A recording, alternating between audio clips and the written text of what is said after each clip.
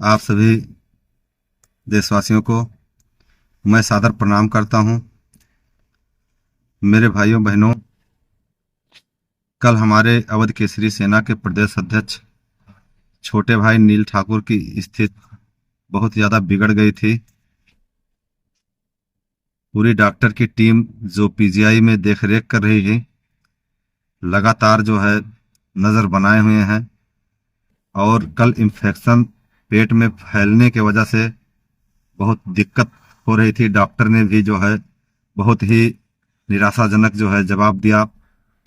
एकदम हम लोग एकदम समझ लीजिए कि कुंद हो गए। समझ में नहीं आ रहा था कि अब क्या किया जाए। जो है बस केवल महाकाल प्रभु का, भगवान का, स्वामी अड़गड़ानंद महाराज का, नीम करौली बाबा का, सभी भगवान का जो है याद करते रहे और उनसे दुआ करते रहे कि मेरा भाई ठीक कर दें। चाहे हम लोगों से जो कुछ छीनना है छीन लें, लेकिन हमारे छोटे भाई को जो है ठीक कर दें। मेरे देशवासियों, आप सभी की दुआ, हम सबकी प्रार्थना भगवान ने कबूल कर ली। और शाम में जब मैं पुनः छोटे भाई को देखने के लिए गया, तो मैं कभी मतलब समझ लीजिए कि इतना दिन हो गया, 8-9 दिन हो गया, मैं कभी नील बाबा को बुलाता नहीं था कि अगर मैं बुलाऊंगा और कहीं कुछ जाग गए या देख लिए तो कहीं कोई दिक्कत ना हो जाए।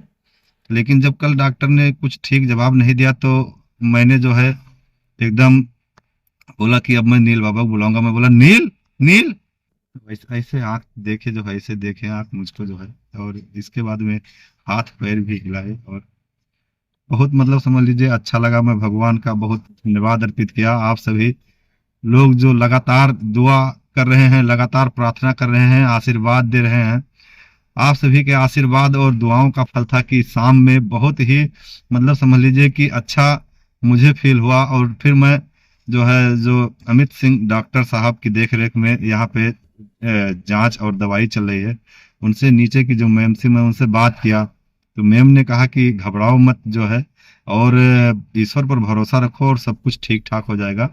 और शाम में ठीक ठाक स्थित था। इसके बाद में जो है फिर हम सुबह जब देखने गए तो सुबह में जो है और ठीक बेहतर स्थित पाए। डॉक्टर साहब ने भी बहुत बेहतरीन रिस्पांस दिया। जो है आज जब हम डॉक्टर साहब से पूछे तो बोले कि जब तक वेंटिलेटर नहीं हट जाता है तब तक अभी बहुत कुछ कहना तो मुश्किल है, लेकिन धीरे धीरे शरीर जो है रिकवरी कर रही है। और खतरा अभी बना हुआ है, बहुत सी जो अंदर में प्रॉब्लम है और इस सब वजह से जो है कहीं ना कहीं खतरा बना हुआ है, बट यह है रिकवरी कर रही है शरीर। और मैं आपसे पुनः एक बार निवेदन करना चाहूंगा कि आप लोग लगातार जो है भगवान से प्रार्थना करें कि मेरा छोटा भाई ठीक हो जाए। और वो अगर ठीक हो गया तो समझ लीजिए कहीं ना कहीं ईश्वर की सबसे बड़ी कृपा होगी और आप सभी के दुआओं का ही असर होगा कि वो पुनर्जन्म उनको जो है फिर से जो है मिलेगा।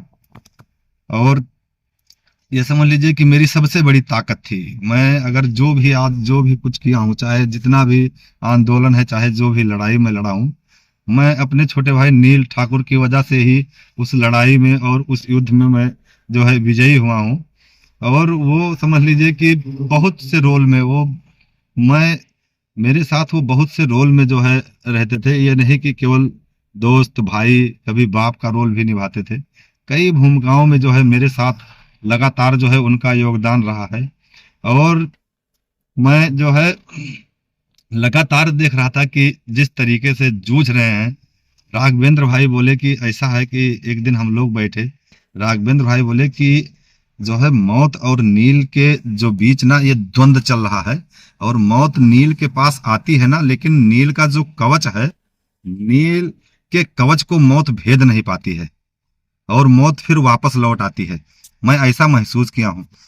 ये समझ लीजिए कि मैं पूरे जीवन में कभी मतलब इस सिचुएशन से नहीं गुजरा हूँ, लेकिन समझ लीजिए कि अब जो ये मुसीबत का पहाड़ जो पड़ा है, ये आप सबके आशीर्वाद और आप सबके दुआ की बदौलत समझ लीजिए कि ये पहाड़ जो है धीरे धीरे कट रहा है। और मैं भगवान पर पूरा भरोसा है मुझे कि महाकाल बाबा जरूर मेरे भाई को एकदम स्वस्थ करके और गोंडा वापस करेंगे और हम लोग पुनः महाकाल बाबा के दर्शन करेंगे, नीम करौली महाराज के दर्शन करेंगे। मेरे भाइयों बहनों, मैं पुनः आप सभी से निवेदन करता हूं कि आप लोग अपने दुआ में, अपने प्रार्थना में मेरे भाई के लिए चाहे 2 ही मिनट समय निकाल के जरूर प्रार्थना कीजिए कि नील ठाकुर स्वस्थ हो जाएं, ठीक हो जाएं।